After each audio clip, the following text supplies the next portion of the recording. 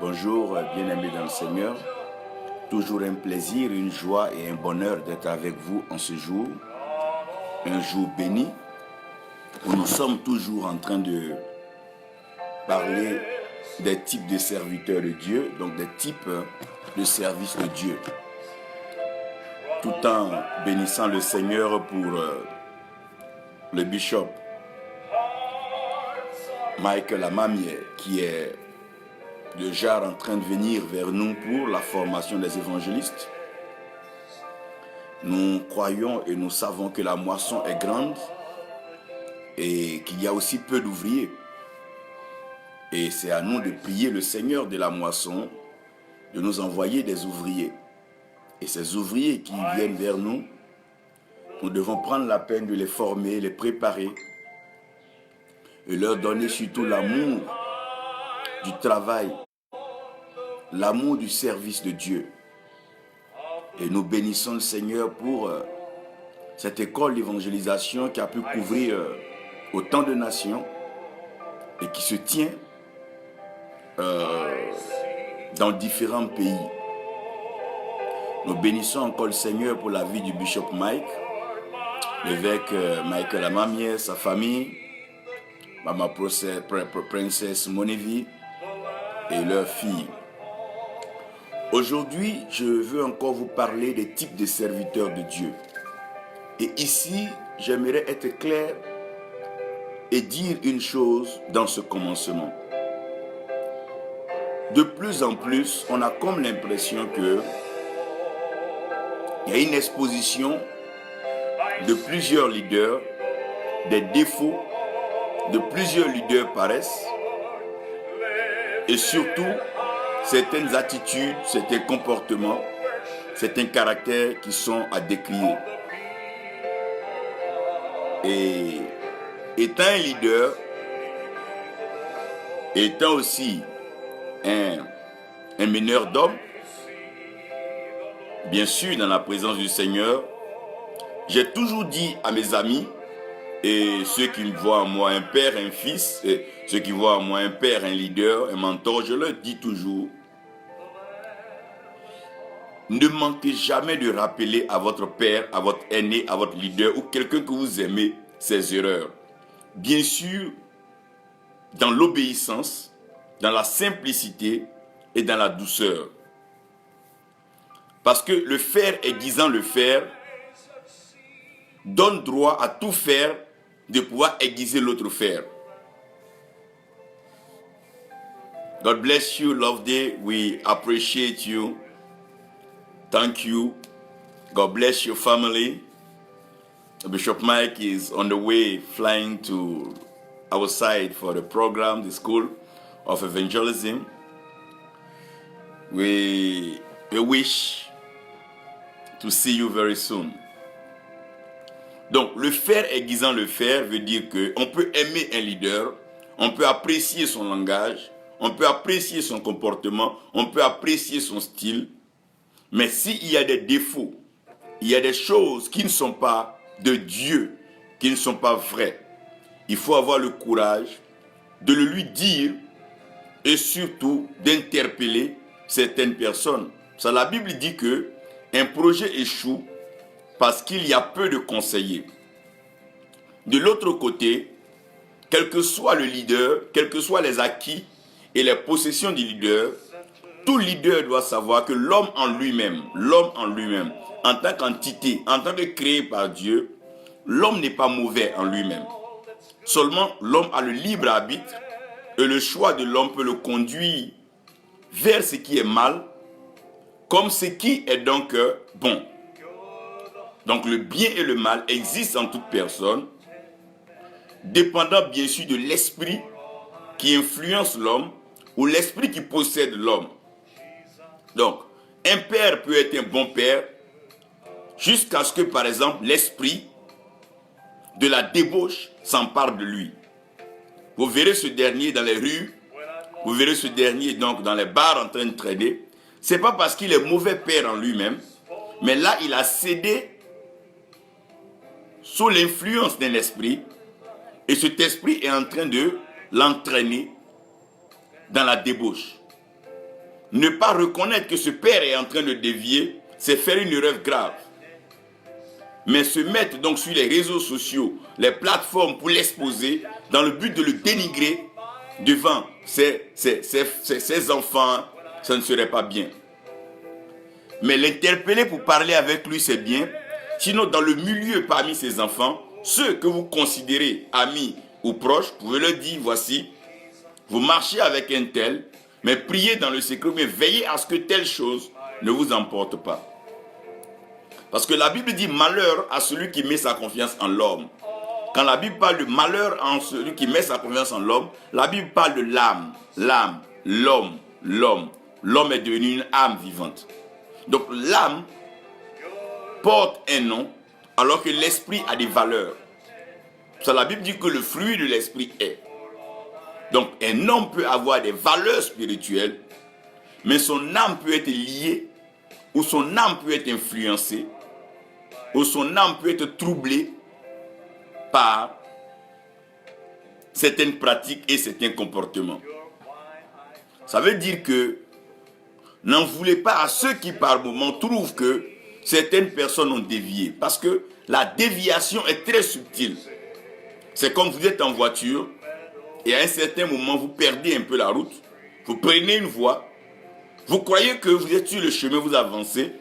Mais il va falloir demander sur le chemin ou regarder certains panneaux pour être sûr qu'on n'a pas dévié. L'Église a accepté certaines valeurs à un certain moment de la vie et s'est défini une autre façon de vivre. Parce que c'est vrai que l'Église ne peut pas rester comme elle était, éloignée du monde, ne participant pas au développement, à la croissance et à l'amélioration de ce monde-là. De l'autre côté, pasteur Louis Bertrand, Mankoma, que Dieu te bénisse, Rosine Balma, tu es béni, Vianney, Amani, que la grâce de Dieu repose sur toi. De l'autre côté, l'Église ne peut pas dire, ben tiens, je vais me livrer au monde et suivre la mode du monde et faire exactement comme le monde fait. Donc si dans le monde, on use de ruse, on use de malice, on use donc de certaines choses pour obtenir des trésors, des richesses, se faire des camarades hypocrites, si le monde pratique ce genre de choses, l'Église ne doit pas s'y mettre parce que l'Église aussi a besoin de biens, de matériel. Non. Mais je pense que tout en marchant avec le monde, l'Église peut se laisser conduire et transformer par le Saint-Esprit afin d'être donc un guide, une orientation, un conseil, une direction et bien sûr une perfection, sinon la lumière et le sel de ce monde. C'est en cela que je crois qu'il n'y a pas de mal pour un serviteur de Dieu d'avancer au rythme de Dieu aussi longtemps qu'il est conduit par le Saint-Esprit. Donc si un serviteur de Dieu à un certain moment décrit la pauvreté, ce qui est d'ailleurs légitime, mais qui pour sortir de la pauvreté doit s'appuyer sur tous les moyens illicites, gauches, illégales, maléfiques, je veux dire sataniques, diaboliques, rusés pour avoir de l'argent, alors je dis non. Si quelqu'un trouve que il n'est pas bien pour l'homme d'être seul, donc le mariage est une idée, est donc une solution de Dieu, je suis d'accord. Mais s'il va falloir user donc de pratiques maléfiques, sataniques, voire donc attacher un cœur pour des biens, certaines choses, je trouve que là, dans notre raison, nous allons trop loin. C'est pour ça même, dans ta raison, il faut laisser le Seigneur te conduire. Pour ma part, et pour ce que nous croyons de l'Esprit, aujourd'hui, aucun homme sur la terre, soit-il, peu importe le titre qui lui est donné, n'est parvenu à la perfection. Nous tous, nous travaillons progressivement notre salut et nous espérons qu'au jour de Jésus-Christ, parce que c'est lui qui nous sauve, c'est lui qui nous déclare et c'est lui qui nous blanchit devant le Seigneur, c'est lui qui est notre intercesseur, c'est lui qui est notre avocat, c'est lui qui prend notre défense, c'est lui qui est mieux placé pour pouvoir alors dire, bon et fidèle serviteur, entre dans mon repos. Ça veut dire que personne n'est encore acquis, donc un n'est pas meilleur que l'autre, donc on ne permet pas à un aussi de pouvoir critiquer l'autre, dénigrer l'autre, dans le but de le désavouer et l'exposer donc à la vindicte populaire. Non.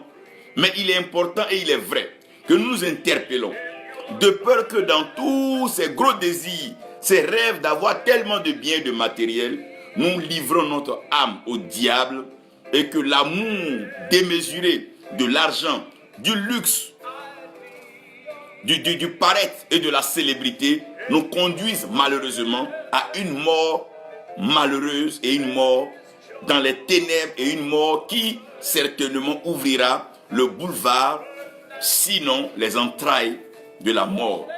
C'est ce que nous assistons aujourd'hui à tous ces jeunes artistes qui, voulant être célèbres, voulant damer le pion aux autres. Il n'y a pas de conseillers en musique pour leur dire, mon fils, je préfère que tu travailles ton talent, je préfère que tu prennes ton temps pour croître, que d'aller de façon facile, donner ton sang, livrer ton âme à une certaine pratique mondaine, diabolique, qui malheureusement va nous voir te perdre dans la fleur de l'âge et nous n'aurons que nos yeux pour entrer dans des calculs, essayer d'associer ça à des pratiques diaboliques, maçonniques. On aurait pu éviter certaines choses.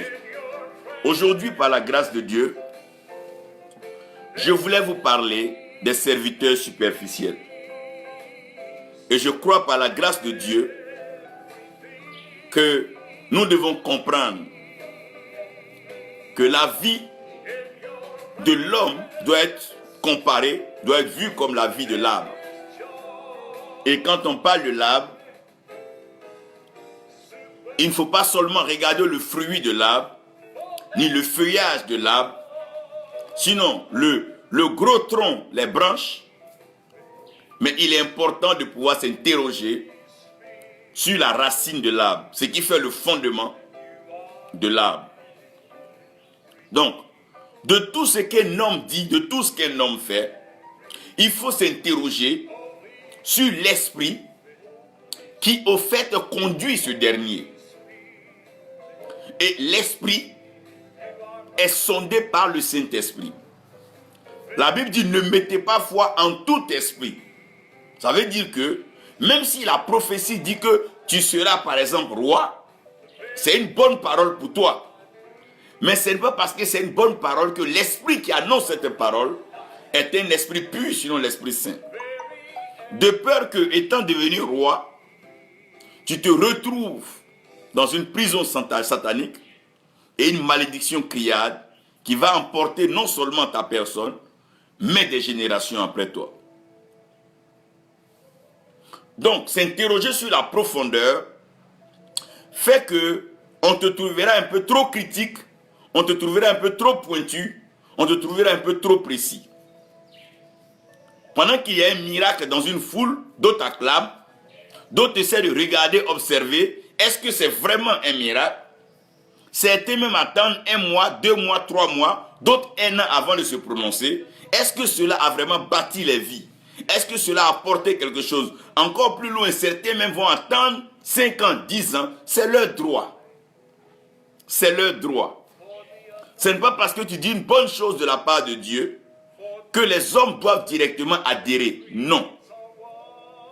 J'ai des amis prophètes, amis pasteurs qui viennent me voir, me disent, homme de Dieu, qu'est-ce qui prouve que c'est le Seigneur qui t'a appelé? Il dit, mais c'est votre droit. Et je ne peux pas vous enlever cela. Vous devez pouvoir vérifier. Si vous trouvez que ce n'est pas Dieu, vous me direz pourquoi. Moi aussi, c'est mon devoir au travers de mes actes et mes paroles, mes réflexions, mes pensées, mon inspiration et bien sûr ma conduite, vous justifiez que c'est Dieu. Je ne sais pas ce qui peut arriver demain ni après-demain, mais je pense que si nous sommes conduits par l'Esprit de Dieu, nous sommes enfants de Dieu.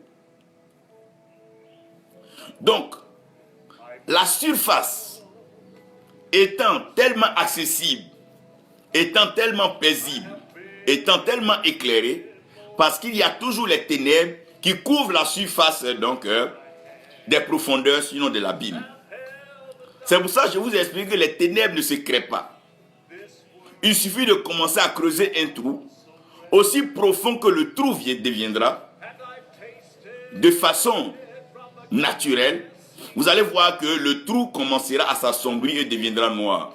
Donc, si vous creusez un trou de 20 km, vous allez voir que quand vous allez regarder dedans, même en plein midi, en plein soleil, il fera noir dans le trou, jusqu'au point où vous ne verrez pas le fond. Donc, la profondeur en elle-même est recouverte des ténèbres. Donc, tu ne peux pas t'engager dans la profondeur si tu n'es pas la lumière ou si tu n'as pas cette faveur d'être éclairé par l'Esprit de Dieu. Donc, plusieurs, n'étant pas conduits par l'Esprit de Dieu, n'ayant pas la grâce du Saint-Esprit, ne peuvent pas descendre dans les profondeurs pour aller sonder donc l'authenticité, l'originalité, le fondement des choses. Donc, ne pouvons pas aller sonder les profondeurs des choses, ils restent à la surface. Et malheureusement, à la surface, tout ce qui a l'air beau n'est pas forcément vrai dans la profondeur. C'est comme une eau qui est calme, ne veut pas dire qu'elle n'est pas profonde, ou bien qu'elle ne tue pas. Sinon, quelque chose qui brille ne nous dit pas directement que c'est l'or. C'est dans les profondeurs, en partant éprouver cela dans l'épuration, qu'on va se rendre compte si c'est de la pacotille ou bien donc c'est un objet de décoration. Il est important ici que dans ces derniers temps que nous vivons, ne nous laissons pas séduire par ce qui est artificiel. Ce n'est pas parce qu'on harangue une foule qu'on est vrai. Non. Sinon les politiciens diraient tous la vérité d'ailleurs. Non. Ce n'est pas parce qu'on est soutenu par une grande partie du monde qu'on est forcément vrai. Sinon, les organismes internationaux ne se tromperaient jamais. Ce n'est pas parce qu'on est acclamé que ce qu'on est en train de faire est vrai. Sinon, on ne mentirait pas en pleine conférence. Justin Yamego, que Dieu te bénisse. Reverend Churchill, the Lord be with you. His grace be with you. We appreciate you pray with us as Bishop Mike is joining us to this hand for the School of Evangelism. Donc comprenez ici que la surface deviendra tout simplement le lieu d'exercice de celui qui n'est pas authentiquement appelé, donc initié et introduit dans les profondeurs afin de comprendre les choses. C'est pour ça, ceux qui connaissent une histoire de façon superficielle la racontent avec passion. Mais ceux qui connaissent une histoire dans sa profondeur la racontent dans la vérité. Donc ce n'est pas parce qu'on est passionné qu'on est vrai. Ce n'est pas parce qu'on a ce désir qu'on est vrai. Mais c'est parce qu'on cultive, on y travaille, on s'y met, qu'on arrive à pouvoir donner la vérité. La vérité n'est pas à la surface et elle ne paraît pas à la première parole ou elle ne paraît pas à la première apparence. Mais la vérité triomphe du temps et la vérité triomphe du mensonge qui d'un coup veut damer le pion. Donc aujourd'hui, je dis toujours que même en relation amoureuse, un homme continue toujours de découvrir sa femme et la femme continue de découvrir son homme. C'est en cela qu'à un moment de leur vie, ils pourront faire une synthèse et dire, ben tiens, ce n'est pas parce qu'on était authentiquement, à l'origine, forcément bon. Mais il y a eu un Dieu qui nous a conduits, qui nous a aidés dans nos faiblesses et qui nous a soutenus dans notre mission. Pour revenir aux serviteurs superficiels, il est important que le peuple de Dieu amène les serviteurs de Dieu à aller creuser dans la profondeur de Dieu pour pouvoir ressortir avec ce qui est essentiel. Donc, que notre soif, que notre faim ne soit pas superficielle. Le fait qu'on te dise que tu vas te marier, c'est une bonne parole. Mais qu'est-ce qui peut t'aider à faire un bon mariage et à triompher dans les épreuves, les infidélités et tout ce qui va entourer la souffrance conjugale, mais qu'on parte dans les profondeurs te dire ceci. Quand on se lève, qu'on te dit, monsieur, vous serez ingénieur, mais qu'on accepte de te dire que tu vas faire les mathématiques supérieures et qu'on te dise que tu vas faire les mathématiques spéciales, c'est après les maths sup et les maths spé que tu vas entrer en ingénierie et te perfectionner dans la spécialité, mais qu'on ne te lève pas pour te dire que tu es un docteur ou tu es un chirurgien. sans qu'on te dise que tu seras dans un laboratoire, seul, avec ta blouse en train d'expérimenter de grâce. Qu'on ne me dise pas ça à Marabamba, non. Qu'on ne me dise pas ça Aîné Mangouabourou, qu'on ne me dise pas cela. Donc, on ne peut pas se lever un soir, après un jeûne, après une prière, et prétendre être déjà serviteur de Dieu. Si nous sommes emmenés à traiter les problèmes en profondeur, nous sommes emmenés à réconcilier les peuples, réconcilier les hommes avec Dieu. Et le problème entre Dieu et l'homme est un problème assez profond, un problème assez fondamental. Qu'on ne reste pas à la surface de la chose pour parler simplement d'elle, mais qu'on parte comprendre déjà la constitution, la création de l'homme. Parce que l'homme a été créé et Dieu il est. Donc comment est-ce qu'un devenu peut donc se réconcilier à un état, ce qui est toujours, qui ne change pas? Dieu est le même hier, aujourd'hui, éternellement. L'homme est changeant, l'homme est versatile. L'homme aujourd'hui, tu lui fais du bien, il peut t'acclamer sur tous les toits. Dès demain que c'est pas comme ça, il peut te régner à tout moment. Donc faisons attention, c'est une mission profonde. Ceux qui travaillent sur les alliages, qui arrivent à lier les métaux, doivent réfléchir. C'est pour ça, ne prenez jamais des histoires dans des nations, soit la politique, à la légère, à la surface. Vous ne comprendrez jamais. Il faut aller dans les profondeurs pour voir la quintessence des alliances, comment les peuples marchaient ensemble. Frère, ce n'est pas une chose superficielle. Servir Dieu n'est pas une mission de paresseux. Non. Quand tu décides d'abord de servir Dieu, ça veut dire que Dieu t'a appelé. Et quand il t'a appelé, il t'a introduit à sa parole. Et dans la parole de Dieu, tu dois passer un temps assez précieux à étudier la Bible, la lire, la comprendre par l'Esprit de Dieu. Tu seras soumis à une lecture assez sérieuse, à une méditation assez profonde. En plus de cela, tu vas passer par des temps de prière et d'expérimentation, de révélation, de compréhension et de vie pratique pour pouvoir entrer dans la profondeur et la compréhension de ce que tu lis.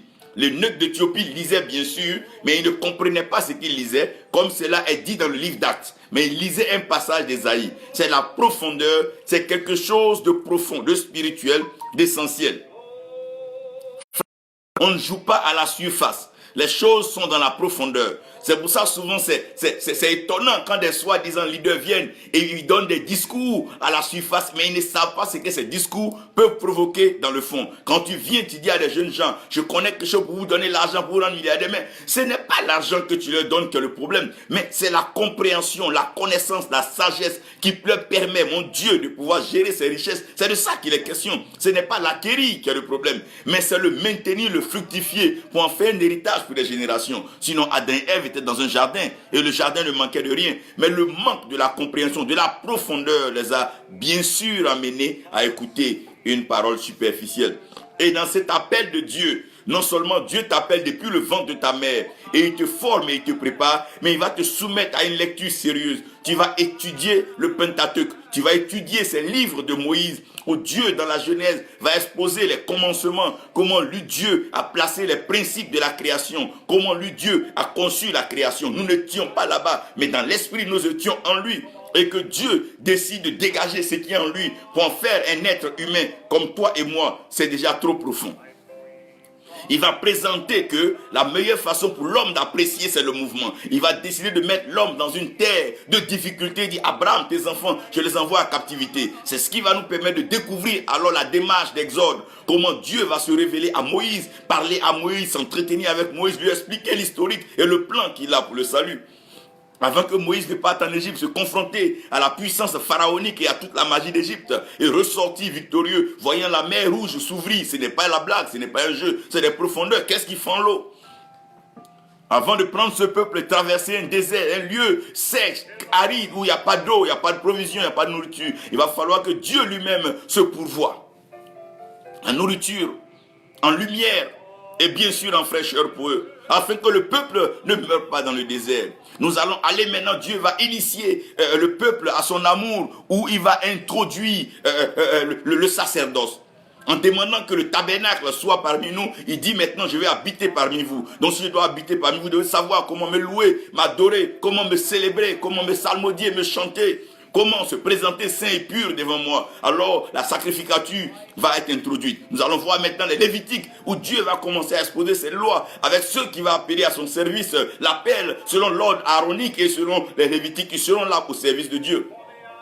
dedans. Dieu va leur expliquer la valeur des chiffres, des nombres dans son service et il va les envoyer dans le nombre avant qu'on arrive vers Deutéronome, où Dieu serait en train de présenter une autre phase de la mission pour dire j'en ai fini là, je vais entrer dans la terre promise, où Josué va devenir le capitaine de la mission, c'est-à-dire que le salut sera pleinement manifesté. Ce n'est pas de la blague, mon frère, la ORV, ce n'est pas de l'amusement, Mangwa, ce n'est pas du tout un jeu, Mangwa, ce n'est pas un jeu, Amara, Bamba. Après cela, nous allons commencer à comprendre l'approche de la justice où les juges seront établis. Et dans ces juges, on va voir des hommes que Dieu a pour délivrer. Jusqu'à ce qu'on avance progressivement pour que Dieu soit en mesure d'introduire le royaume d'Israël. Et quand le royaume est introduit, il va nous permettre de pouvoir comprendre que le royaume va être soutenu par les messages prophétiques, les interpellations, les révélations et bien sûr les conseils prophétiques. Nous aurons donc cette série de prophètes jusqu'à ce que nous entrons dans une phase où Dieu va dire que j'ai bien parlé à l'homme. Je pense que l'homme est en train de digérer ce que je lui ai dit pour entrer dans la phase que je vais introduire où les évangiles vont venir, le Seigneur va naître et puis nous avons l'histoire, la suite.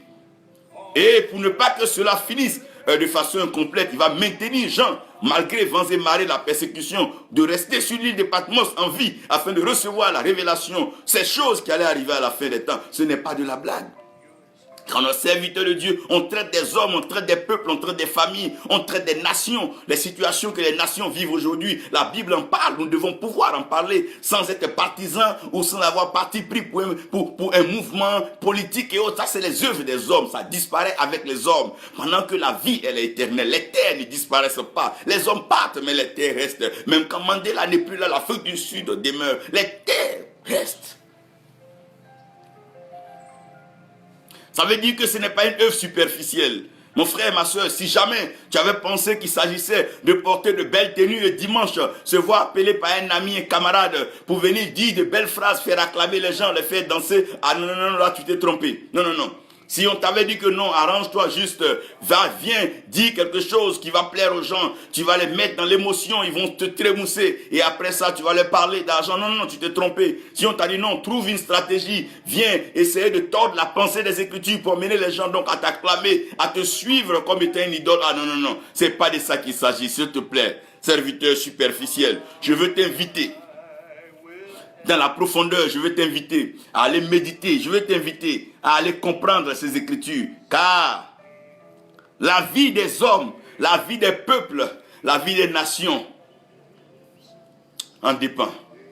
Les hommes ont besoin de connaître Dieu, leur créateur. Ils ont besoin de composer avec lui. Parce que l'éternité, c'est nous avec Dieu pour toujours, pas pour un temps, pas pour une saison. Non, pas pour un culte, pas pour un miracle. Non, non, non, pas pour une bénédiction, mais pour l'éternité.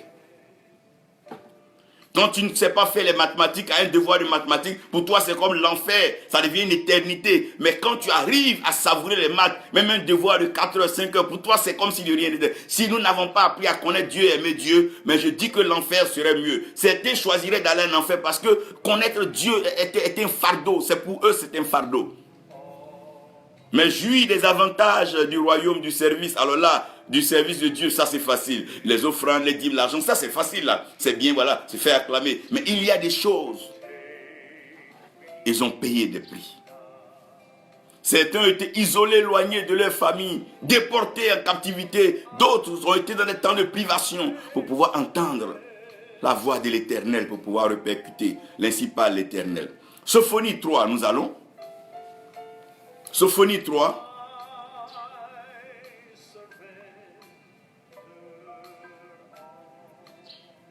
Nous aurons donc le verset 4.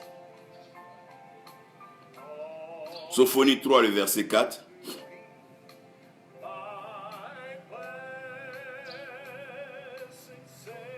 La Bible dit, ces prophètes sont des bavards, des hommes perfides, ces sacrificateurs profanes, les lieux saints. Ils font violence de la loi. Ces prophètes sont des vantards, des hommes perfides. Ces sacrificateurs profanes, le lieu saint. Ils font violence à la loi. Père, tu as l'autorité spirituelle suprême, tu règnes dans le ciel et sur la terre, tu accomplis tes œuvres. Viens par ta parole, fais-nous du bien, bénis-nous, inspire-nous, aide-nous à pouvoir comprendre ta parole. Donne-nous d'aller dans les profondeurs pour comprendre ce qui est meilleur pour toi. Merci Père pour ta fidélité. Ouvre les yeux de mon frère, les cœurs de mon frère, le cœur de mon frère et de ma soeur, afin de savoir que tu es un Dieu profond, un Dieu bon, un Dieu merveilleux, un Dieu qui bénit. Merci pour ce que tu vas faire encore au nom de Jésus. Amen. Pendant que le Seigneur bénit tous ceux qui nous prennent en marche, nous écoutons dans cette adoration. I surrender all. Je soumets tout entre tes mains, Seigneur. Ma vie, mon être tout entier, mes biens, tout ce que j'ai, Seigneur, je te les soumets, car tu es le Créateur, tu es le Maître de l'univers. On écoute cela 30 secondes, 1 minute.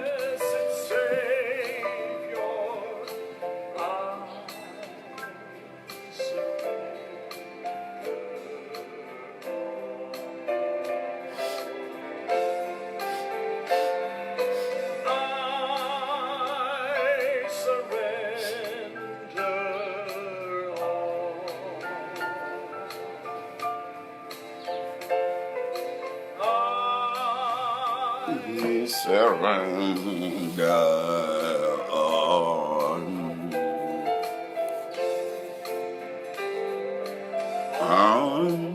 unto Jesus.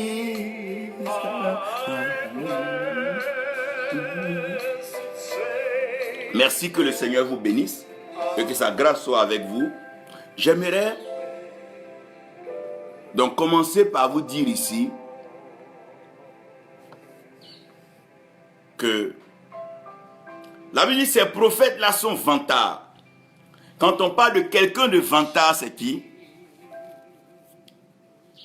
C'est quelqu'un qui parle de lui-même, qui parle de ses prouesses. Il se met au centre de la chose de Dieu. Il se vante des mérites, il se vante des miracles. Il se vante des acquis, il se vante des bénédictions, il se vante de j'ai bâti des temples. C'est de la vantardise. J'ai fait ceci. C'est de la vantardise. Vous savez, ce sont des vantards, des bavards. Ils disent des choses, ils mentent. Ils racontent n'importe quoi. Ils se vantent de je peux faire ceci, je peux ressusciter tel, je peux faire cela. Mais tout ça, ça vient de qui? Moïse n'a jamais dit je vais faire sortir le peuple. Il dit Dieu dit.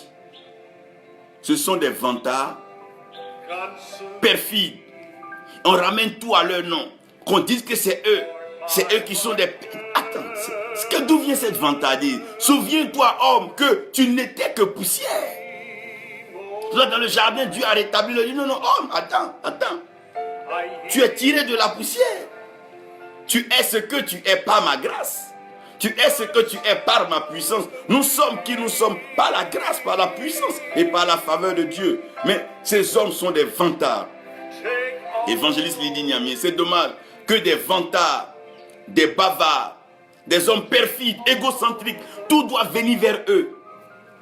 Ces serviteurs superficiels, tout est matériel pourvu que ça leur rapporte de l'argent. Même s'il faut mélanger le faux avec le vrai, croiser la tête, faire semblant qu'il y a un événement menaçant, dangereux, pour attirer les gens, leur faire peur et leur soutirer de l'argent. Oui, c'est des vantards, bavards, perfides, égocentriques et volontaires. Ils pensent plus à leur volonté que la volonté de Dieu. La preuve, vous les verrez toujours aller dans les lieux de leur choix et de leur volonté. Ils n'iront jamais dans des lieux qui savent que si ce n'est pas Dieu, ils ne se trouveront pas. Des vantards, des bavards. Et Sophonie nous dit bien, ces prophètes sont des vantards, des vantards. Des vantards. Ils sont fiers d'eux-mêmes. Pas de sens d'humilité, pas de sens de simplicité. Jésus-Christ même qui a fait le sacrifice pour notre salut, ils s'en souviennent pas. Mais c'est eux qui sont au centre de la vie des hommes. Ils ont le pouvoir de décision, de bénédiction, de malédiction, d'élévation et ceci. Rencontre-moi ma fille, mon fils et ta vie va changer. Oh, c'est plus Jésus qu'on doit rencontrer. Ce n'est plus le Saint-Esprit qui va nous conduire. Ah là, le temps est dangereux. C'est superficiel. Qu'est-ce que l'homme peut apporter à l'homme? Qu'est-ce que l'homme a de si spécial? Si ce n'est Dieu. Des hommes qu'on a vus grands vécu cette terre, mais ils ont laissé quoi? Ruine sur ruine, désolation sur désolation, mauvaise gestion sur mauvaise gestion. Si ce n'est Dieu, si ce n'est pas l'Esprit de Dieu, l'humanité est vouée à la destruction. Et une destruction sans fin, car l'homme transporte en lui-même les gènes de sa propre destruction. L'homme transporte dans son sein le mal. Et regardez déjà que là, ces hommes superficiels, ils sont vantards, bavards, fiers d'eux-mêmes, égocentriques. La Bible dit perfides. Et tout passe par eux. C'est eux qui ont de grands noms, c'est eux qui font non, c'est pas mauvais en lui-même. Mais c'est pas toi, c'est Christ. On ne le voit plus, on n'entend plus parler de lui. C'est ton nom quand il y a un miracle. C'est ton nom qu'on dit, c'est toi qu'on soulève. Non, ce que Paul a refusé dès le commencement, c'est Dieu qui fait toutes choses. Jusqu'à vouloir s'établir comme fondateur, créateur d'un dogme, d'une religion. Ah, c'est trop osé, homme, c'est trop osé. Le temps que tu as sur cette terre est compté. Et la vie, il est donné à l'homme de mourir une seule fois. Donc la mort même, ce n'est pas un accident, c'est planifié, c'est Dieu qui fixe. Quand tu viens sur la terre, de la même façon que ta date d'entrée, c'est ta date de sortie, c'est comme un billet d'avion. Tu as ton lieu de départ, ton lieu de destination, tu as ton heure de départ et ton heure d'arrivée. Dieu a fixé toutes choses pour ne pas que l'homme soit maître de son destin, que l'homme fasse croire qu'il contrôle tout. Même ceux qui ont fait les avions, ils ne peuvent pas prévoir, mais les clashs parce que Dieu est Dieu. Il y a des vents qui peuvent souffler. Même dans l'eau, les bateaux que les hommes croyaient aussi forts, comme le Titanic, ont coulé parce que Dieu reste Dieu. Il est souverain. Oh, ne sois pas superficiel, homme. Ne sois pas si fier, si vantard, si orgueilleux, si égocentrique, égoïste. Non, ce n'est pas ta volonté qui compte. Il y a plus que ta volonté. Je parle de la volonté de Dieu. Ce sont des îles trop occupées pour assister aux conférences. On ne peut pas leur parler, on ne peut pas leur dire que Dieu a dit. On ne peut pas leur donner des enseignements. Attends, je ne peux pas comprendre. C'est comme un professeur de lycée qui refuse de s'asseoir pour écouter un professeur qui allait à l'université faire une agrégation et un PhD. Mais c'est terrible ça. Pendant que tu t'es arrêté, d'autres ont continué, frère. Nous ne sommes pas encore arrivés. Il y a des générations encore qui vont venir avec une excellence de la compréhension du Saint-Esprit, qui vont manifester le prophétique dans une dimension pure, authentique, parce que Dieu l'a voulu pour cela. On a connu une génération de footballeurs. Il y en a qui viennent encore dans un esprit d'excellence et on trouvera encore plus excellent parce que Dieu a voulu emmener toutes choses à la perfection. Il a mis en nous, il a mis dans notre cœur la pensée de l'éternité. Et l'amour qui est donc le socle, le fondement, est le lien de la perfection. Plus on aimera ce qu'on fait, plus on ira vers la perfection. Plus on aimera Dieu, plus on ira vers la perfection. Plus on aimera sa parole, plus sa parole va nous parfaire. Ils n'ont pas le temps d'aller au séminaire, aux conférences. Ils n'écoutent personne. Ils ne se rapprochent pas de certaines personnes pour parler avec elles, échanger. Ils n'ont qu'un club, un fan club à qui ils disent tout et on acclame tout ce qu'ils disent. C'est eux ou bien si ce n'est pas eux, ce n'est pas Dieu. C'est eux qui sont là. Non, je vais faire ceci, je vais dire une parole, personne ne pourra me contredire. Qui es-tu, être humain? Qui es-tu, homme? Qui es-tu? Qui es-tu? Une fois déjà exposé dans l'eau, ta vie appartient au poisson parce que le poisson peut te manger dans l'eau. Dans les airs exposés, ta vie dépend des oiseaux. Dans la forêt, les animaux féroces. Fais attention, homme. Dans ta zone de confort ou dans ta marge de sécurité, fais attention. Parce qu'il y a un Dieu qui est au-dessus de toutes choses, qui est le créateur de l'humanité. Il ne veut écouter le message de qui que ce soit. Il ne veut s'asseoir, déguster le message d'un autre prédicateur. Parce que pour lui, il sait tout. Il a déjà tout acquis. C'est lui qui doit s'asseoir, il doit parler et on doit l'écouter. C'est lui seul qui doit faire ses séminaires, ses conférences. Qu'est-ce que c'est? La vantardise. C'est lui qui a sa photo sur des t-shirts. Il faut vendre des pochettes. Il faut mettre là quand il y a un problème. Il faut prendre sa pochette. Mais c'est toi, tu es Christ. C'est de quoi sommes-nous en train de parler? Que sommes-nous en train de vivre ces temps-ci? Toi, tu es qui? Tu mélanges des huiles, toi, ça marche. Mais attends, vous pensez que le diable ne mange pas de l'huile? Vous pensez que ces objets-là, il ne les connaît pas? Le sel et autres, mais vous rêvez? Ce n'est pas ces éléments-là, c'est la puissance de Dieu au travers de ces éléments. Ce n'est pas le bâton de Moïse qui ouvre la mer rouge, mais c'est la parole de Dieu qui introduit le bâton. C'est de ça qu'il est question. Quelle est la puissance dans la terre si on n'y met pas une graine? Quelle terre a produit sans qu'on y mette une graine, alors que la parole de Dieu est la sémence, la graine qui fait produire la terre. Sinon, donner un champ à quelqu'un, ou bien donner une terre à quelqu'un, si elle ne met pas une brique, ça ne donnera pas une maison. Si elle ne met pas une sémence, ça ne donnerait pas un champ. Ça ne serait que là. Frère, nous sommes ce que nous sommes par la parole, par la pensée de Dieu. Nous sommes ce que nous sommes par la volonté de Dieu. Acceptons de nous humilier, de descendre dans la profondeur, aller même jusqu'à confronter ce que nous savons et reconnaître que ce que nous savons, c'est que nous ne savons encore rien. Nous croyons avoir découvert, mais nous n'avons rien découvert. Car la profondeur, la racine, elle nous appelle. Zion, Sion, nous appelle à la profondeur, à une profondeur. Et la Bible dit c'est la profondeur qui répond à la profondeur. Car la profondeur attire et appelle la profondeur. C'est de ça qu'il est question. Le tout n'est pas de faire un jeu d'amusement, se retrouver sur les écrans et à partir de là séduire et induire les gens en erreur. Il y a mieux à comprendre, il y a mieux à découvrir, il y a mieux à sonder, il y a mieux à méditer. Il y en a à comprendre. Ils ne veulent apprendre de personne. Ils sont eux archis, ils sont grands-pères. Ils ne peuvent plus s'asseoir, déguster. Et eux aussi, ils veulent que tout le monde vienne s'asseoir, apprendre d'eux. Ils veulent que tout le monde les écoute quand ils sont en train de donner leur point de vue sur un mouvement politique. Et c'est pour eux là qui est vrai. Qu'est-ce que ça veut dire?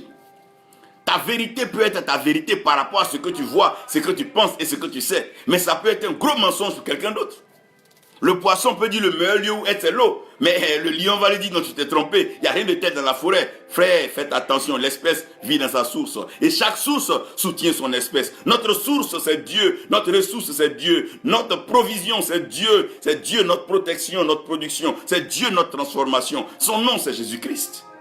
Il n'y a pas un autre nom par lequel un homme peut être sauvé, par lequel on peut connaître la transformation, l'élévation, si ce n'est le nom de Jésus-Christ. L'argent ne peut pas transformer l'homme, non. Il révélera quelque chose dans l'homme, c'est tout. Non, non, non, les grands temples ne changent pas, ne transforment pas l'homme. Sinon, nous n'aurons pas encore des diables calqués dans tous ces lieux, au travers de tous ces louanges, ces adorations, avec ces vents, ces rimes, ces hymnes de musique qui passent ça et là. Les hommes sont tout simplement transformés par le Créateur. C'est lui qui peut amender, qui peut toucher le programme de la création, reprogrammer et mettre l'homme dans une meilleure dynamique de vie. Nous d'accord que Dieu te bénisse. Leur onction a grandi dans la mesure où ils n'ont pas besoin de lire la Bible. Ils sont devenus tellement loin que eux-mêmes la Bible, ils n'en ont plus besoin. Eux, c'est eux. Quand tu les as vus, tu as vu Dieu. Mais attends, attention. Même Jésus-Christ, quand il revient dans le temple, quand on lui donne le rouleau, il déroule le rouleau. La parole est en lui, il est la parole, comme Jean dit au commencement, était la parole était avec Dieu, la parole était Dieu, elle était au commencement avec Dieu. Et toutes choses ont été faites par elle. Mais lui-même, il a déroulé le rouleau. Et il s'est fait plaisir de retranscrire, de reprendre la portion exposée par Ésaïe, mais cette fois-ci, parler non seulement en énonciation, pas seulement en révélation, mais en manifestation. Parce que la parole, tu peux la révéler sans qu'elle se manifeste. C'est vrai, tu peux promettre des grandes choses à plusieurs personnes, mais qu'est-ce qui peut que ça se manifeste? La manifestation dépend de Dieu. Pour que la parole soit faite chair, il faut Dieu. La parole a été faite chair et elle a habité parmi nous. C'est ça la manifestation. Il n'a plus besoin de lire la Bible tous les jours. Il prend plus de temps de jeûne, temps de prière. Il ne peut plus se retirer. Il ne peut pas chercher la face du Seigneur. Il est devenu trop Jésus. Il est devenu trop Dieu. Il est devenu trop Saint-Esprit. C'est des activités, des programmes humains pour entraîner la vague avec lui. Comment créer des choses qui vont attirer les hommes. Non, ça c'est besoin. Il n'y a pas ça dans le corps de Christ. Ce n'est pas ce qui est important. Allons connaître Dieu. Notre vrai problème, ce n'est pas... La Bible dit que le peuple périt parce qu'il lui manque la connaissance. Notre problème, ce n'est pas qu'on n'a pas l'argent, qu'on n'a pas les richesses, qu'on n'a pas les trésors, mais on ne connaît pas Dieu. Le problème de l'Afrique, ce n'est pas parce qu'on n'a pas les sous-sols riches, mais c'est parce qu'on ne connaît pas ce qu'on appelle développement, on ne connaît pas ce qu'on appelle réconciliation, on ne connaît pas ce qu'on appelle humilité, s'accepter les uns les autres. Et regardez qu'il y a un débat entre des noirs, on pense tout de suite à se bagarrer, se faire du mal, alors que les blancs acceptent. Si tu me critiques, tu dis des choses que je ne fais pas, mais je dois aller apprendre. On apprend de nos erreurs et on apprend aussi de ce que les autres disent de nous. Leur motif de base, c'est de réussir dans le ministère. Eux, ils veulent réussir.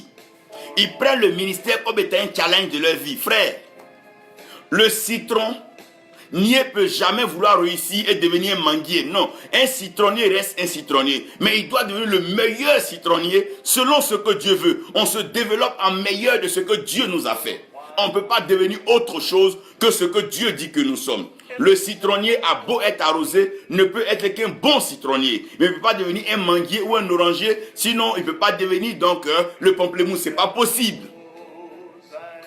Réussir dans la vie, Réussite dans le ministère. Qu'est-ce qu'on appelle une réussite dans le ministère? Si nous définissons la réussite dans le ministère aujourd'hui, c'est avoir ce que les hommes ont pour être heureux. Si réussir dans le ministère, c'est avoir ce que les hommes du monde ont pour être heureux, alors je n'appellerai pas ça réussir dans le ministère. J'aurais appelé ça réussir dans la vie, mais pas réussir dans le ministère. Réussir dans le ministère, c'est se rassurer d'avoir bien compris, cerner ce pourquoi Dieu t'a appelé et transmettre fidèlement le message que Dieu te donne pour accomplir correctement, avec perfection, la mission que Dieu t'a accordée. Alors on peut dire que tu as réussi dans le ministère. C'est pas parce que tu finis avec des grandes richesses, de grandes maisons que tu as réussi dans le ministère. Jésus a dit tout est accompli, pas parce qu'il était assis sur de l'or ou il était assis dans une grande salle avec des conseillers, des dames. Il était sur la croix, il était nu sur la croix, perdant son sang, sa sueur. C'est là et tout est accompli. Parce que la mission de la venue du Messie était d'aller donc livrer sa vie afin que toi et moi, nous soyons sauvés. Donc réussir dans le ministère, ce n'est pas forcément parvenir à se marier, voyager, aller où on veut, payer ce qu'on veut, manger ce qu'on veut, boire ce qu'on veut. Ça, ce n'est pas une réussite dans le ministère. Il y a des jeunes gens, il y a des jeunes cadres qui sont allés à l'école, qui aujourd'hui ont de bonnes performances dans la société. La preuve, quand on parle du cadre de vie, ceux qui vivent bien, qui ont réussi dans les fonctions. D'ailleurs, vous voyez, les ministres, nous avons des ministres dans nos gouvernements, des gens épanouis, des gens qui ont réalisé, qui ont bâti. Aujourd'hui, si quelqu'un s'attardait à bâtir un temple, même de 200, 300 places, 500 places, 1000 places, il parlerait de réussite dans le ministère. Mais il y a des gens qui ont bâti des quartiers, bâti des villes, il y a des gens qui ont bâti des immeubles, des gratte-ciels. Mais on dira quoi alors? Si le motif, c'est de réussir dans le ministère, mais réussir dans la vie, on peut faire un peu de tout. On peut travailler, on peut faire un peu de tout et réussir. On peut faire de grandes choses et ne pas réussir.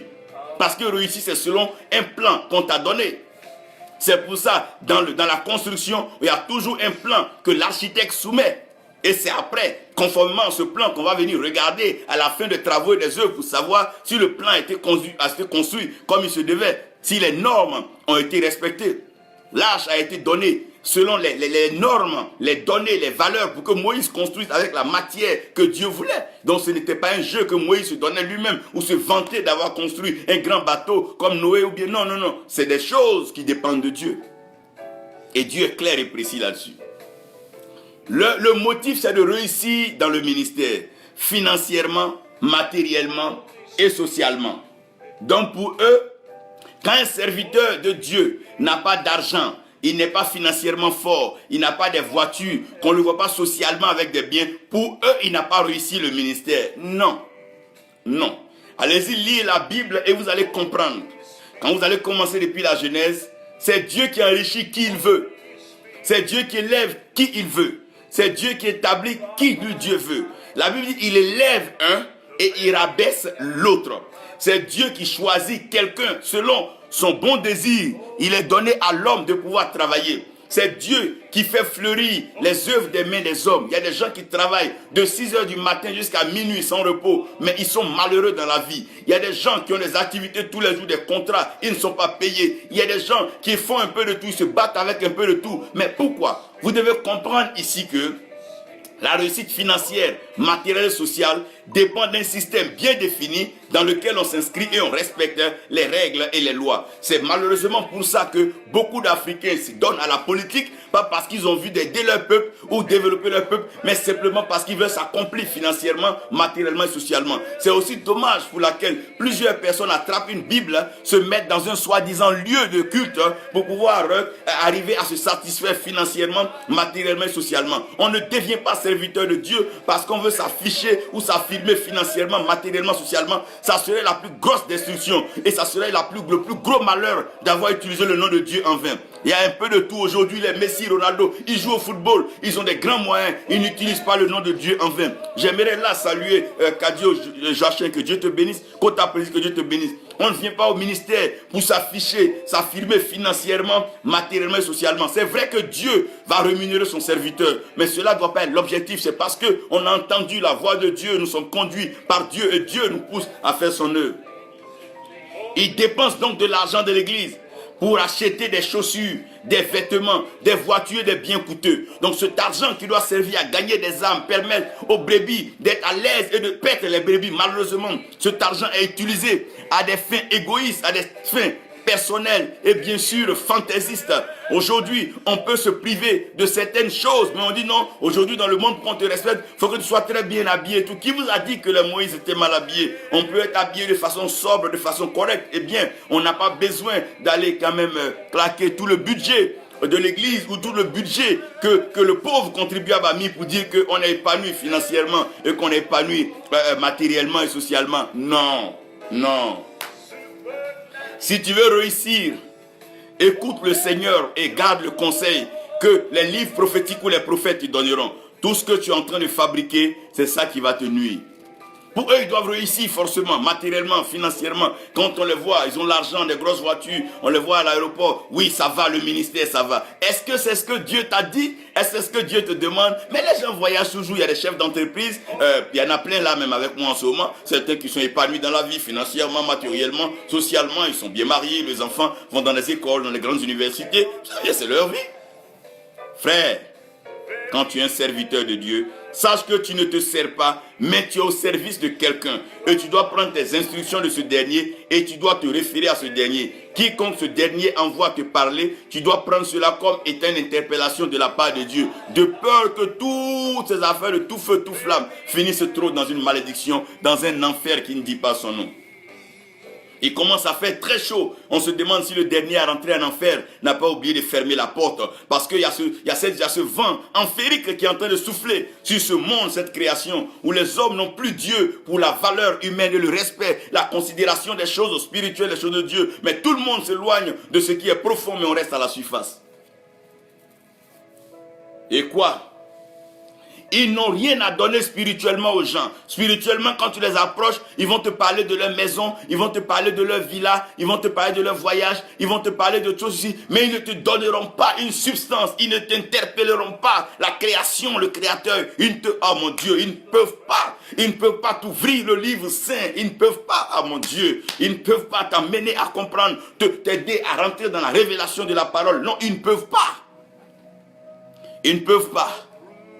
Et ils sont loin de ça, ça ne les intéresse pas. Quand tu viens leur parler de ton problème, ils vont t'expliquer toutes les richesses qu'ils ont eues, tous les voyages, mais ton problème, ils ne le présenteront pas à Dieu. Ils sont trop vantards, ils sont trop fiers d'eux-mêmes, ils sont imbus de leur personnalité. Excusez-moi d'être dur là, parce que il faut provoquer pour que nous allons tous dans cette profondeur. Je ne parle pas X ni à Y, je nous parle à nous tous, à moi-même y compris, nous y sommes tous et nous devons nous revoir. Il prospère grâce aux histoires, au bruit, aux manifestations, poussant des gens, les imitant, les styles et les prophéties. Leurs sermons insistent sur leur valeur, leur richesse et leur renommée. Voilà. Le but, c'est de faire quoi? C'est de faire du bruit, faire ce qu'on appelle du tapage, du tape à l'œil. Je ne sais pas si les gens appellent ça le buzz ou quoi, mais c'est du tape à l'œil, du bruit. Pour faire quoi? Des bruits, des manifestations, tout ce qui peut susciter d'engouement, on s'y met. Donc, et voilà, aujourd'hui, là, c'est tel événement. Donc, c'est un peu de tout ça. C'est de l'amusement. Poussant les gens et imitant les styles et les prophéties. Ils sont allés à une veillée, un prophète de Dieu a déclaré des paroles sur une nation. Ils prennent cela le lendemain, ils font leur programme, ils déclarent les mêmes paroles comme s'ils sont confirmés. Mais l'autre, Dieu lui a dit, toi tu as entendu de la part d'un homme. Si demain on te demande, explique-nous ce que tu as dit.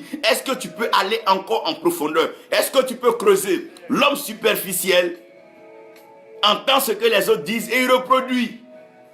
Mais il ne sait pas que dans ce qui est dit, il y a des non-dits qui peuvent être donnés en cas de preuve et en cas de contestation. Malheureusement, leurs sermons insistent sur leur valeur. Leur sermon, ce n'est pas élever Jésus-Christ en eux, élever Jésus-Christ en nous, afin que nous diminuions, que Christ croisse. Mais c'est quoi? C'est les valeurs à eux, revenir vers eux, ramener les choses à eux, leur richesse et leur renommée. Leur nom n'a qu'à être grand parmi les hommes, leur richesse n'a qu'à aller parmi les hommes et leur valeur. Mais vous savez une chose, que cette vie n'est pas vraiment ce que les hommes sont en train de faire croire. Nous avons connu des célèbres musiciens, des célèbres artistes, des célèbres personnalités. Mais à la fin, nous avons dit vanité des vanités. tout est vanité. Nous avons dit ça lorsqu'il y a eu des hommes qui sont partis, je ne citerai pas de nom, mais vous connaissez vous-même. Ils insistent sur quoi? Leur valeur, leur richesse. Pour rien, ils vont montrer l'argent qu'ils ont. Pour rien, ils vont montrer ce qu'ils ont construit. Pour rien, mais on n'a pas besoin de ça. Quand tu ne seras pas là, les hommes feront toujours. Et ne dites pas que ceux qui en parlent sont jaloux. C'est la parole de Dieu qui demande qu'on s'interpelle les uns et les autres. Et nous le faisons d'ailleurs parce que nous nous aimons. C'est par amour qu'on se reprend. C'est par amour qu'on se parle. Et c'est par amour qu'on espère qu'il y aura un changement, une transformation. Leur démérite, malheureusement. Les gens sont nourris de demi-vérités. C'est ce que je suis en train d'expliquer. Quand quelqu'un prend la Bible et qu'il prend la Bible pour aider quelqu'un à avoir de l'argent, c'est pas parce qu'avec la Bible il t'a aidé à avoir de l'argent que c'est une vérité pleine. Il y a des demi-vérités et ces demi-vérités sont en général des mensonges.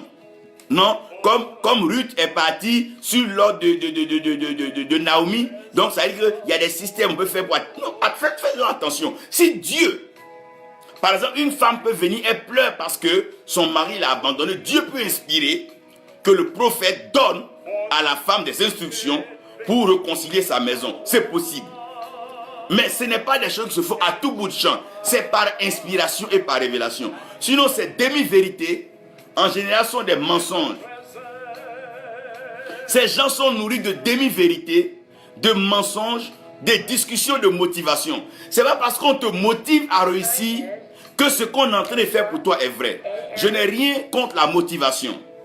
J'ai vu beaucoup de serviteurs aujourd'hui dans les États-Unis s'introduire dans la motivation. Il n'y a pas de problème. On a besoin d'être motivé pour pouvoir réussir, on a besoin d'être encouragé. Quand on parle de motivation, c'est bien sûr dans l'encouragement. Mais dans motivation, il y a un mot qui vient qui est motif. Et c'est le motif qui va être le problème. Si on te motive à avoir de l'argent, sans que les motifs, le motif de base ne soit fondé sur ce que Dieu veut faire, on est en train de te mettre dans un boulevard ou bien dans une pente pour que tu partes te détruire.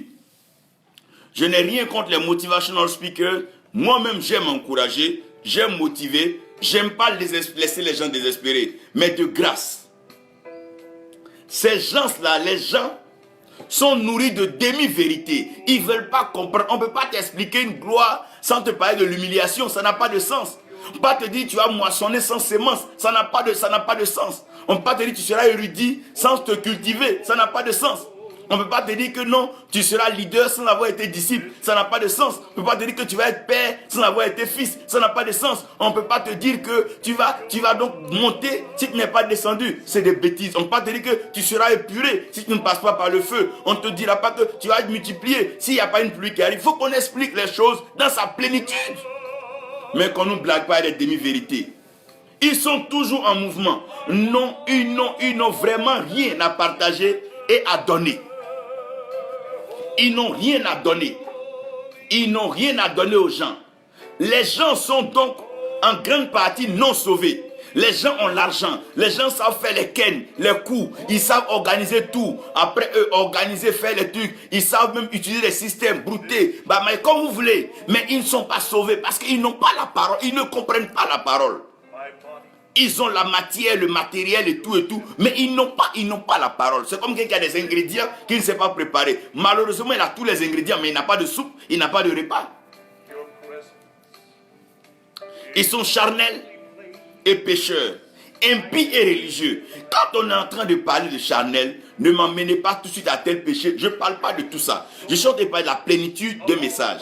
Charnel, ça veut dire que c'est quelqu'un, quand il est là, sa préoccupation, c'est sa chair. Tout ce qui l'intéresse, c'est sa chair. Pourvu que cette chair-là soit satisfaite, le reste, il s'en fout. Alors qu'un homme, dans sa plénitude, pense à son esprit, son âme, et bien sûr, à sa chair. Ils sont impies et religieux.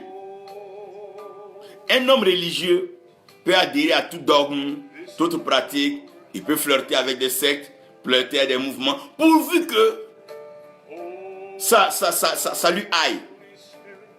Ce que Dieu en pense, il s'en fout.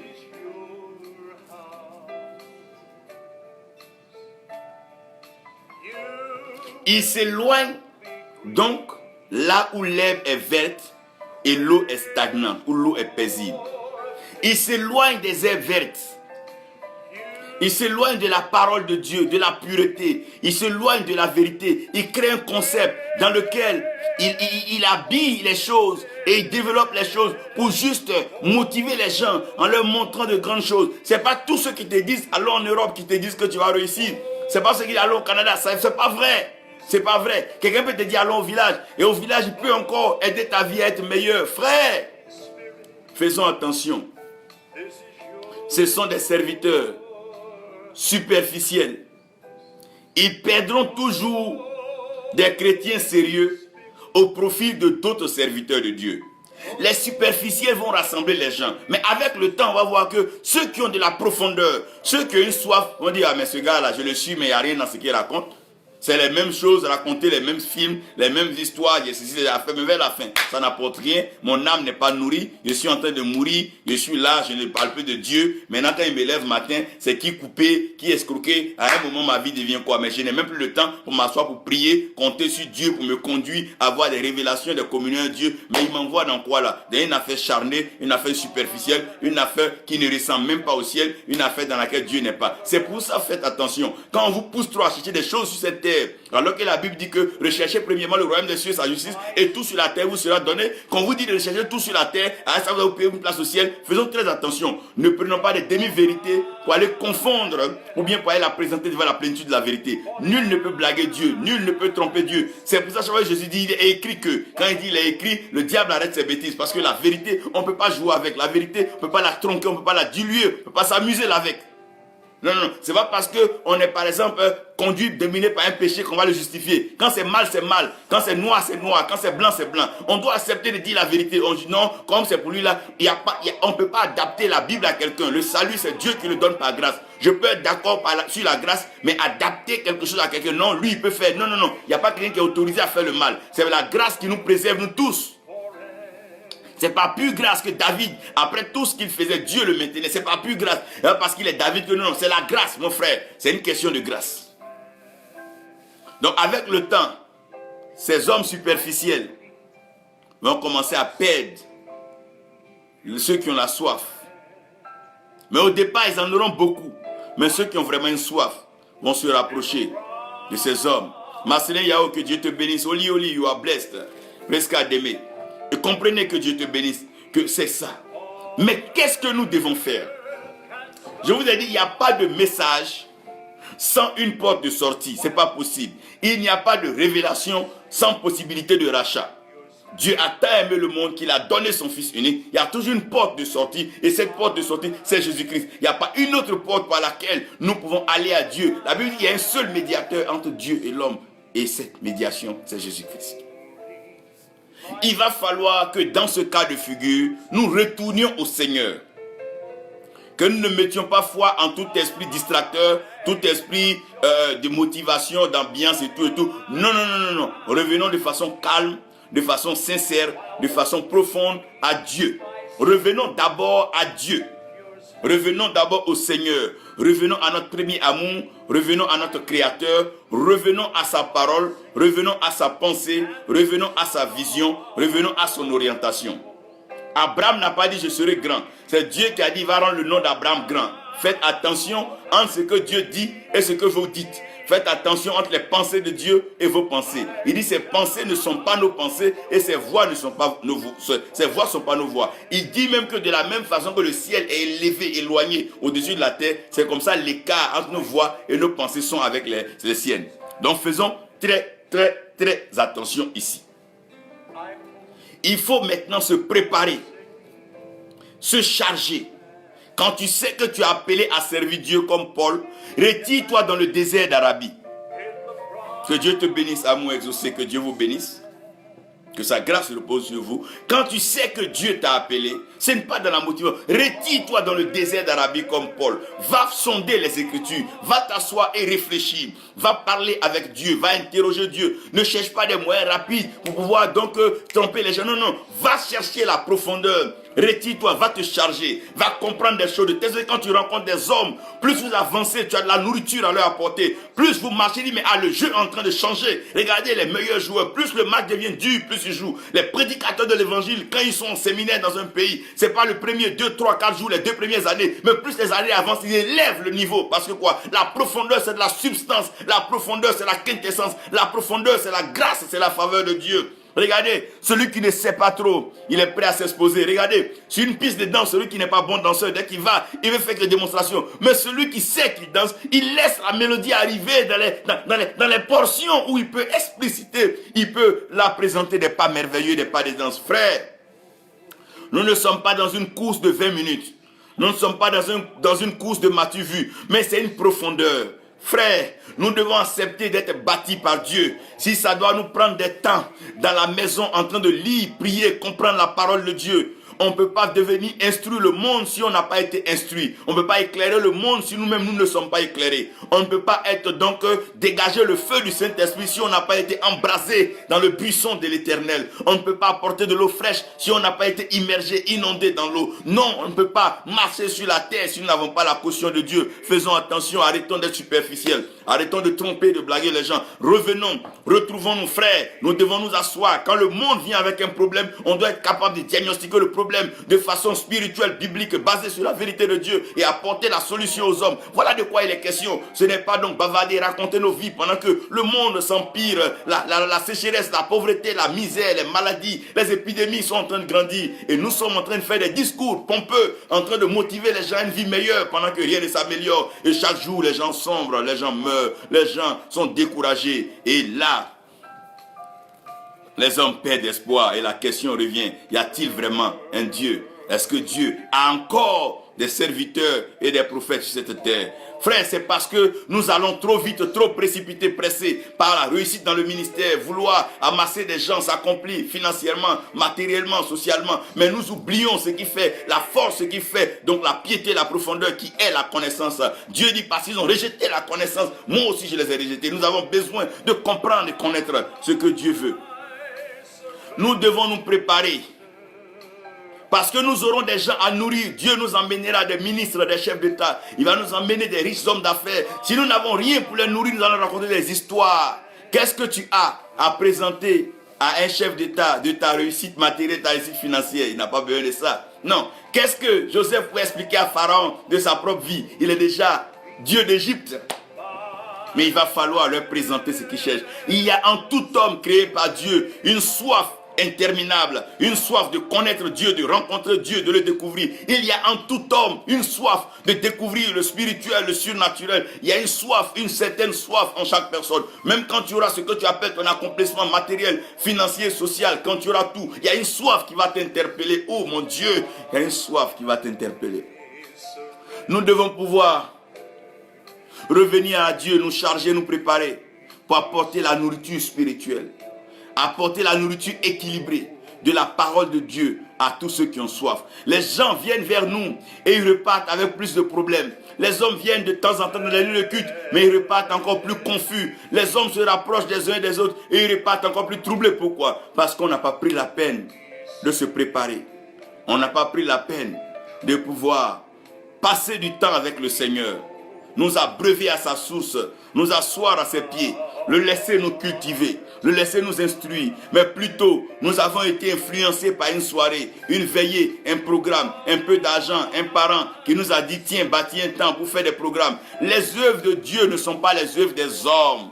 Dieu est suffisamment Dieu. Quand Dieu finira de te préparer, Dieu te présentera. Dieu est un Dieu qui prépare dans le secret ce qu'il veut présenter au grand jour. On ne vient pas présenter une thèse comme ça, mais on prend la peine de préparer sa thèse, bâtir ses arguments, faire son argumentaire, être prêt à pouvoir présenter cela et à défendre cela avec bien sûr le fondement qui est la parole de Dieu. Pas seulement des paroles vaines, mais une manifestation tangible, palpable, visible de cette parole qui est annoncée, car ce que sa bouche dit, sa main l'accomplit. Je prie que quiconque est au son de ma voix reconnaisse aujourd'hui que soit nous sommes trop tôt sortis, nous avons voulu trop tôt être célèbres, trop tôt être grands. Il est temps de revenir.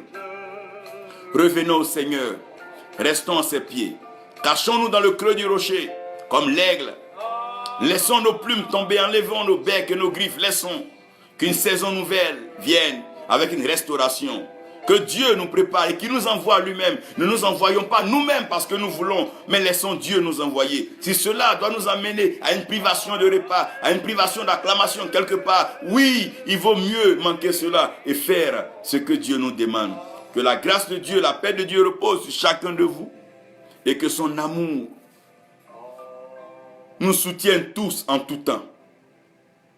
Que chaque jour nous allons en eau profonde de peur, de péché, au bord du rivage, de péché juste là où il y a les carpeaux, les alevins, mais aller plus loin où nous pouvons découvrir la profondeur de l'océan, de la mer, là où nous allons être heureux de respirer le vent frais, là où le Seigneur lui-même nous conduira dans ses voies, où il va nous instruire à l'aimer, à le craindre et à le servir. Il va nous apprendre à aimer notre prochain et à servir notre prochain dans la vérité, dans la sérénité et surtout avec le respect mutuel, de peur que nous le méprisions, que nous le manquions, de respect à ceux qui viennent vers nous. Ce n'est pas parce que des hommes ont des problèmes qui sont des sous-hommes, mais c'est des problèmes de la vie que Dieu va utiliser pour les élever et aussi pour nous élever. Acceptons de comprendre qu'on ne peut pas rester superficiel dans une œuvre de Dieu. Et j'interpelle tous les serviteurs de Dieu, j'interpelle tous mes amis, j'interpelle tous ceux que je connais comme je ne connais pas. Il n'est jamais trop tard. On peut faire une formation continue, un recyclage, on peut toujours apprendre. Ne nous contentons pas des acclamations, des foules, des buzz et des rassemblements que nous faisons aujourd'hui. Mais il y a encore mieux à découvrir. Il y a encore des choses que Dieu a cachées. C'est un plaisir pour Dieu de cacher les choses et c'est à nous la joie de les sonder et de les retrouver. Seigneur, aide-nous, fais-nous connaître ta profondeur, fais-nous sortir de ce que nous sommes en train de faire et fais-nous entrer dans ce que tu fais. Sors-nous des ténèbres et fais-nous entrer dans ta lumière afin que nous soyons des modèles, des exemples pour éclairer le monde entier au nom de Jésus. Amen. Que Dieu vous bénisse, que sa grâce repose sur vous.